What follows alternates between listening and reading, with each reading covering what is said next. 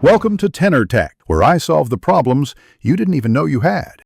You start by signing into the Google account that holds the search history. Make sure you use the exact email. Once signed in, open My Activity. Google.com or the Google Apps Activity Controls. This is where history lives. You need a stable connection and an up-to-date browser, otherwise items may not load. If you have multiple accounts, pick the correct one now because history is account-specific. Doing this first saves time and prevents viewing the wrong history later. Once on My Activity, tap Filters by date and product to isolate search entries.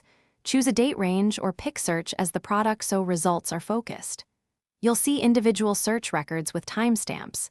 Click any entry to view details or the visit it references. To export, use Takeout or the Download option. To remove entries, use the checkbox selection or Delete Activity By. Make sure to review multiple pages and use keyword search to find older queries quickly and accurately.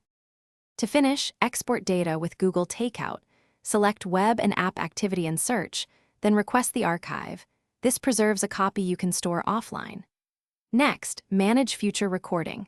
Toggle activity controls to pause or resume logging so searches stop or start being saved. If some entries are missing, check that you were signed into the same account, confirm sync was enabled on the device, and remember searches done in incognito or when paused won't appear. If issues persist, recheck account and sync settings. Thanks for watching. Subscribe to keep your life in tune.